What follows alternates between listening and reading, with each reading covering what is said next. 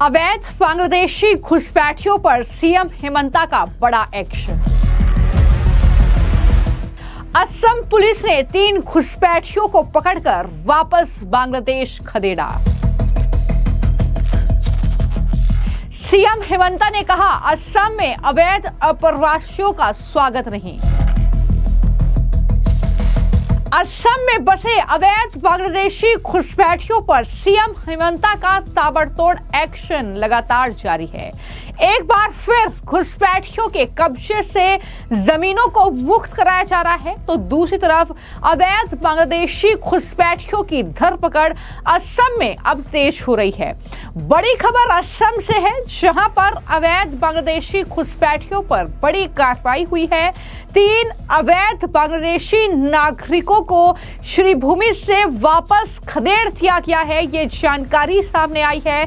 दरअसल असम में अलग अलग जगहों पर जो ये घुसपैठिए बसे हुए हैं, वहां से इन्हें पकड़ा जा रहा है और वापस इनके देश डिपोर्ट किया जा रहा है। ये जानकारी अब खुद मुख्यमंत्री हेमंता ने ट्वीट करते हुए दी है। बाकायदा उन्होंने एक्स हैंडल पर पोस्ट किया, ये जानकारी दी और लिखा कि सख्त कार्रवाई जारी है। आज सुबह 3 अवैध बांग्लादेशी नागरिकों को श्रीभूमि से वापस खदेड़ दिया गया है। सीएम हेमंता ने लिखा कि अवैध अप्रवासियों का स्वागत नहीं होगा असम में, और असम पुलिस ने अच्छा काम किया है। जिस तरीके की कार्रवाई असम पुलिस लगातार इन अवैध घुसपैठियों पर कर रही है।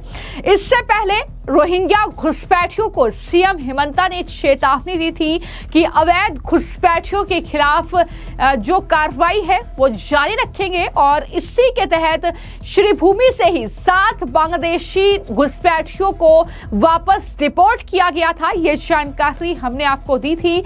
और घुसपैठ करने की कोशिश मत करना, क्योंकि घुसपैठियों को पकड़कर डिपोर्ट हम कर देंगे, ये भी चेतावनी बाकायदा सीएम हेमंता की तरफ से दी गई है। तो सीएम हेमंता बार बार मीडिया से बातचीत कर रहे हैं और वो ये साफ तौर पर कह रहे हैं कि हम डरेंगे नहीं और घुसपैठियों को अब राज्य में बसने देंगे नहीं, क्योंकि इन्होंने बहुत बड़ा डेमोग्राफिक चेंज असम में कर दिया है। तो ऐसे में अब वक्त आ गया है इनके सफाई का, इन्हें वापस इनके देश भेजने का, क्योंकि जिस तरीके से वन भूमि पर कब्जा किया हुआ है, गरीबों की जमीनों पर कब्जा करके वहां पर घुसपैठ की हुई है, तो एक तरीके से कह सकते हैं कि एक सफाई अभियान जो है घुसपैठियों के अगेंस्ट सीएम हेमंता, उनकी सरकार का ये चल रहा है। और हाल ही में सीएम हेमंता ने बाकायदा जानकारी दी थी और ये बताया था कि असम में लगभग 29 लाख बीघा जमीन पर बांग्लादेशी घुसपैठिए और संदिग्ध नागरिकों का कब्जा है। ये दावा मुख्यमंत्री हेमंता ने किया था और कहा कि साल 2021 में बीजेपी सरकार आने के बाद जमीन खाली करने का अभियान चलाया गया, लेकिन उन पर इससे रोकने के लिए अंतर्राष्ट्रीय स्तर पर दबाव बनाया गया। असम के घुसपैठियों और बांग्लादेशी जो भी घुसपैठी हैं, उनको भी साफ संदेश हेमंता ने दिया था कि हम डर जाएंगे, ये गलतफहमी आप मत पालना, और इस तरीके से जो कार्रवाई है वो जारी रहेगी। तो सीएम हेमंता जो है लगातार इस तरीके का एक्शन ले रहे हैं। हाल ही में सबसे बड़ा बुलडोजर एक्शन वहां पर हुआ, तो एक तरफ जहां पर कोलाघाट में कई हजार बीघा वो वन भूमि जिस पर बुलडोजर की कार्रवाई हुई, और खबर यही है कि यहाँ पर जो है बाहर से आकर लोग बस गए, जिसमें अवैध रोहिंग्या घुसपैठिए भी शामिल हैं, और इस तरीके से ये बुलडोजर का एक्शन वहां पर हुआ। लेकिन हाल ही में प्रेस कॉन्फ्रेंस सीएम हेमंता ने की और ये कहा कि दरअसल जिस तरीके से ये घुसपैठिए बसे हुए हैं, डेमोग्राफिक चेंज कर रहे हैं असम में, ये उनकी साजिश है। इसका खुलासा करते हुए उन्होंने कहा कि ऐसा नहीं है कि जिन्हें हमने बेदखल किया है वो सभी भूमिहीन हैं, उनके पास एक विशिष्ट क्षेत्र में जमीन है और फिर वो एक विशिष्ट क्षेत्र में जाते हैं वन भूमि पर कब्जा करने और निर्वाचन क्षेत्र की डेमोग्राफी बदलने के लिए। ये असम को खत्म करने का जिहाद है, ये हेमंता बिस्व शर्मा ने कहा था। किस तरीके से प्रेस कॉन्फ्रेंस में ये बड़ा दावा सीएम हेमंता ने किया था, जरा सुनिए। In Assam the state government has so far cleared almost 40,000 hectares acres of land from encroachment. This is equivalent to 160 square kilometer. So if you compare this land mass, then this is equivalent and more than Chandigarh. Chandigarh is somewhere 125 square kilometer.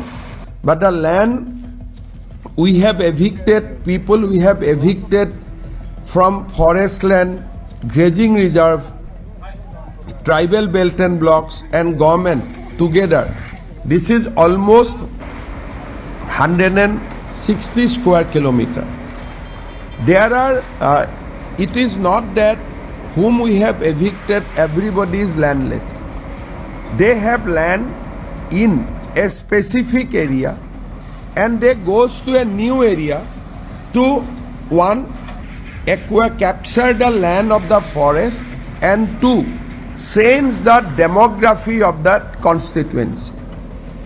After demographic invention in Lower Assam and Middle Assam, today we are seeing the beginning of demographic invention in Upper Assam. If we could see in the beginning the demographic invasion in Lower Assam and Middle Assam, probably we could have stopped it. But we did not see in the beginning and later it became irreversible. Today, the new move has started in Upper Assam. It was started with Kaziranga. We stopped there. Today they have gone to another constituency. Then they will go to another constituency, and after 20 years you will see that in every assembly constituency they have a voting of 40,000, 45,000. Once they become political force, the local leadership do not allow any eviction, and consequently Assamese people lost its identity. So we are doing it to save whatever we can save, and you have also seen how we have restored the habitat for the wildlife, how we have planted lakhs of trees, and how things are now changing fast.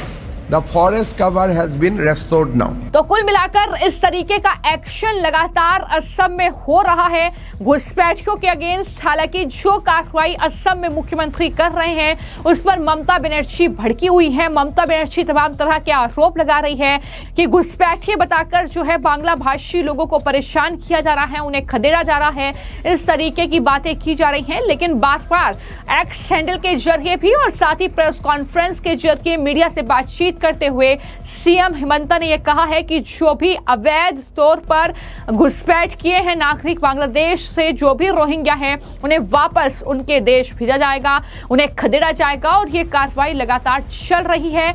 CM Hemanta ने चेतावनी कई बार दी है और बताया है कि घुसपैठ की कोशिश मत करो। ये घुसपैठियों को कहा है तुम्हें पकड़कर वापस खदेड़ दिया जाएगा। उन्होंने दावा किया कि हाल ही के महीनों में 377 से ज्यादा घुसपैठियों को वापस खदेड़ा गया है और राज्य सरकार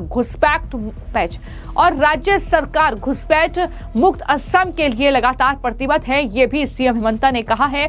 तो फिलहाल ये बड़ी कार्रवाई एक बार फिर से घुसपैठियों पर असम में हुई है। उसको लेकर आपकी क्या राय है हमें कमेंट बॉक्स में जरूर लिखें। धन्यवाद।